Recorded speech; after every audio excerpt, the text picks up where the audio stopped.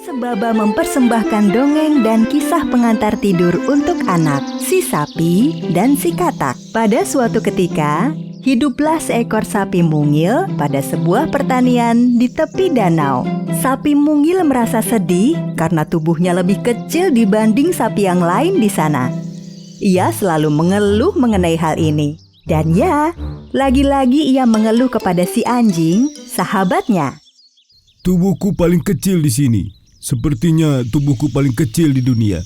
Dan aku tidak bisa melakukan apa-apa untuk mengubahnya. Jangan mulai lagi, kawan. Kau ini sapi yang lumayan besar, pandai dan imut. Tidak mungkin kan kita semua memiliki ukuran tubuh yang sama? Iya, memang. Tetapi mengapa bukan aku yang punya tubuh paling besar? Lihat, aku juga bukan anjing yang paling besar di dunia. Aku yakin di luar sana ada anjing yang lebih besar dariku. Tapi aku tidak khawatir. Aku senang dengan apa yang aku miliki. Tapi aku tidak suka.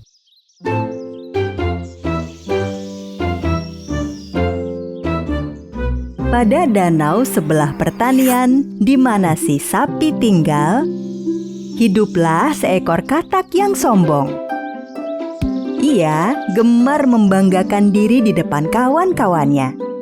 Tubuhnya paling besar di antara katak yang lain, dan ia bangga sekali. Aku adalah katak terbesar di sini. Dan dia yang terbesar adalah raja. Mulai saat ini kalian semua harus memanggilku Yang Mulia. Tidak ada ketentuan yang menyatakan seperti itu. Dan kami tidak membutuhkan raja. Kenapa tidak? Setiap tempat mempunyai raja. Misalnya singa adalah raja hutan.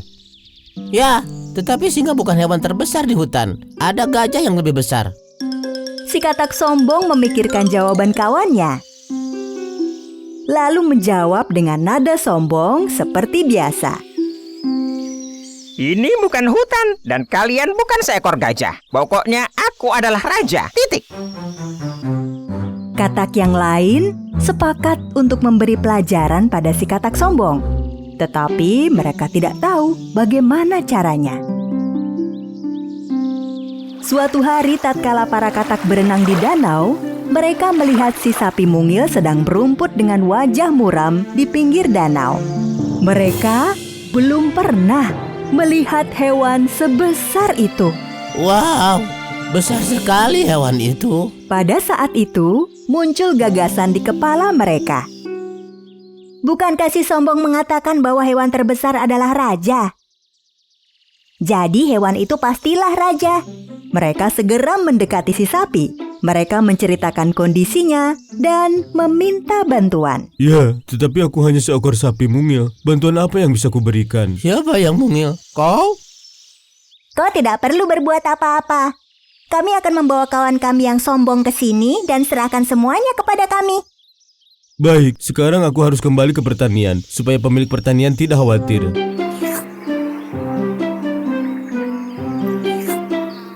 Keesokan harinya, para katak menemui si katak sombong. Mereka bercerita bahwa ada hewan raksasa di pinggir danau. Dia ingin menemuimu. Baiklah, mari kita menemui hewan raksasa. Para katak pergi menuju sisi lain danau. Si sapi telah menunggu kedatangan mereka di tepi danau. Si katak sombong terkejut dan hampir saja menelan lidah sendiri.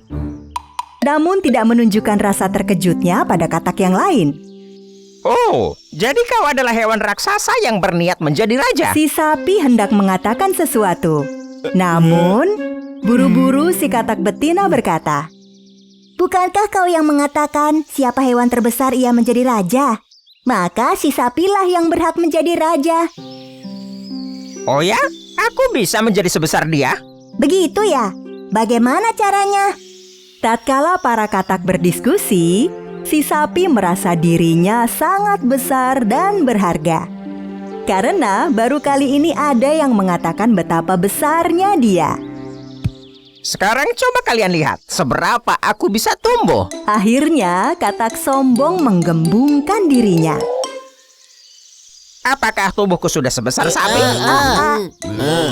Si katak menggembungkan diri lebih bulat lagi. Bagaimana? Apa sudah sebesar sapi? Belum. Katak mulai menggembungkan diri sekali lagi. Kini ia tak sanggup berbicara. Ia hanya bisa menatap yang lain meminta persetujuan. Katak yang lain mulai menertawakannya. Tak. Kau harus lebih menggembung lagi.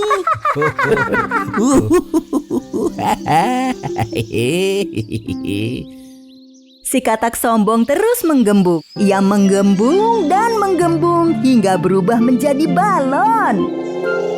Dengan kagum, si sapi memandangi si katak.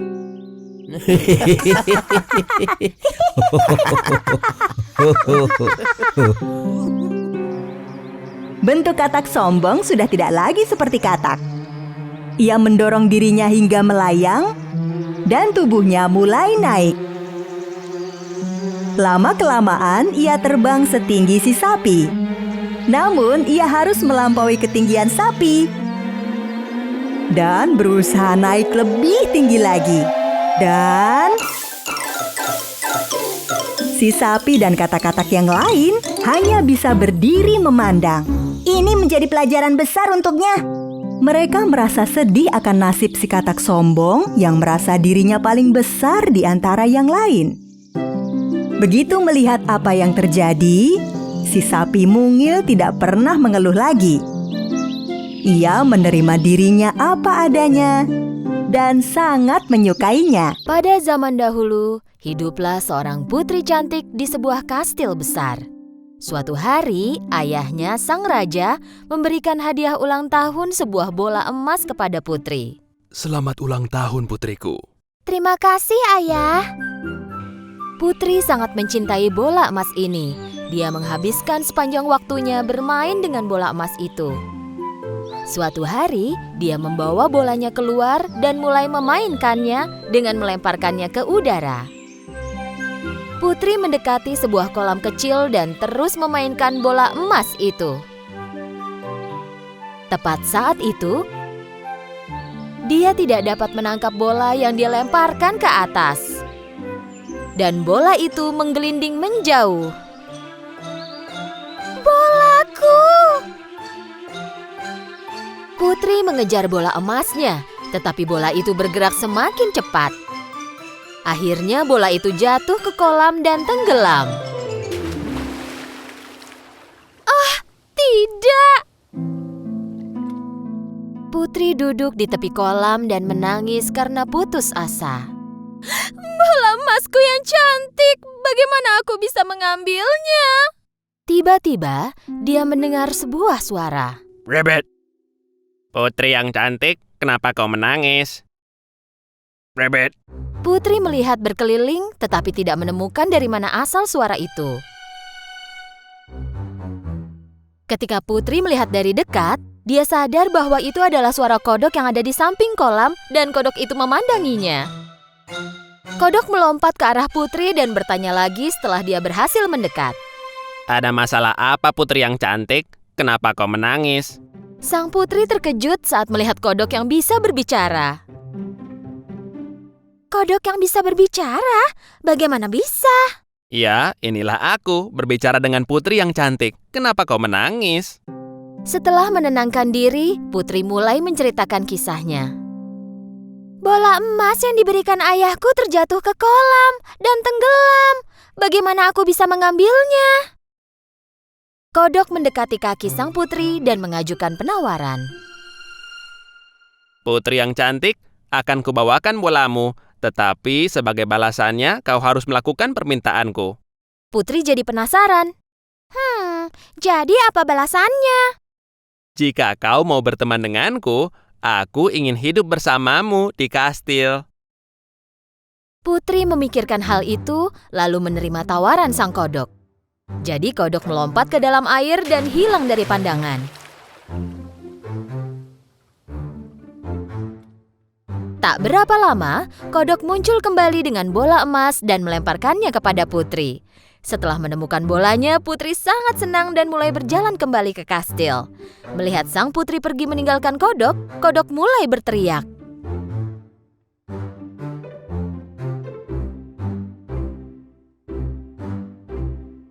Putri yang cantik, kau melupakanku? Kau janji membawaku ke kastil.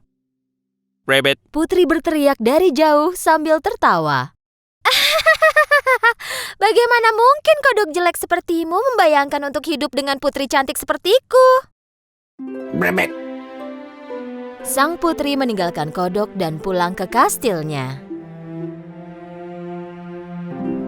Pada malam harinya, raja, ratu, dan putri duduk di meja makan. Tepat ketika mereka mulai makan, terdengar ketukan di pintu.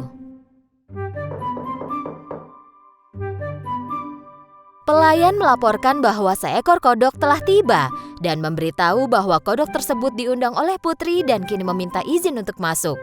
Raja dengan terkejut bertanya kepada putrinya. Ceritakanlah apa yang terjadi, putriku. Begini ayah. Putri menceritakan semua tentang peristiwa yang terjadi pagi itu di kolam.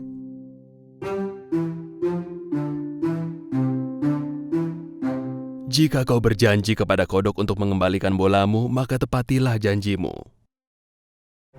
Raja memerintahkan pelayan untuk membawa kodok tersebut masuk. Tak lama kemudian, pintu terbuka dan kodok kecil melompat masuk dan berhenti di samping meja makan. selamat malam semuanya. Dan terima kasih Raja karena sudah mengizinkanku masuk. Dengan satu lompatan besar, kodok mendarat di samping piringnya Putri.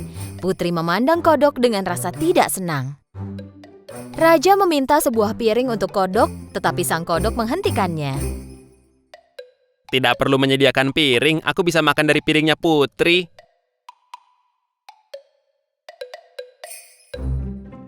Kodok mulai makan dari piring sang putri. Putri sangat kesal kepada kodok, tetapi dia pikir bahwa kodok itu akan pergi setelah makan malam selesai dan tetap tidak berkata apa-apa. Tetapi sang kodok tak punya niat untuk pergi setelah makan. Ketika Putri meninggalkan meja makan, kodok mengikuti Putri ke kamarnya. Waktu berlalu dan kodok mengantuk. Putri, aku sangat mengantuk. Aku ingin tidur di tempat tidurmu jika boleh. Karena takut ayahnya marah, Putri harus menyetujui permintaan ini juga. Kodok melompat ke atas tempat tidur Putri dan tidur di bantal Putri. Sambil menahan amarahnya, Putri berbaring di samping kodok dan tertidur. Keesokan paginya, kodok membangunkan sang putri.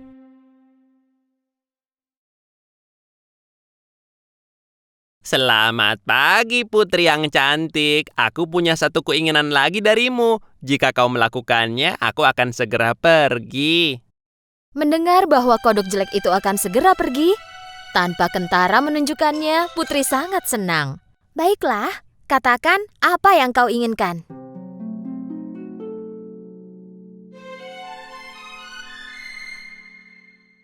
Aku ingin kau menciumku, Putri. Putri melompat dari tempat tidurnya dengan sangat marah.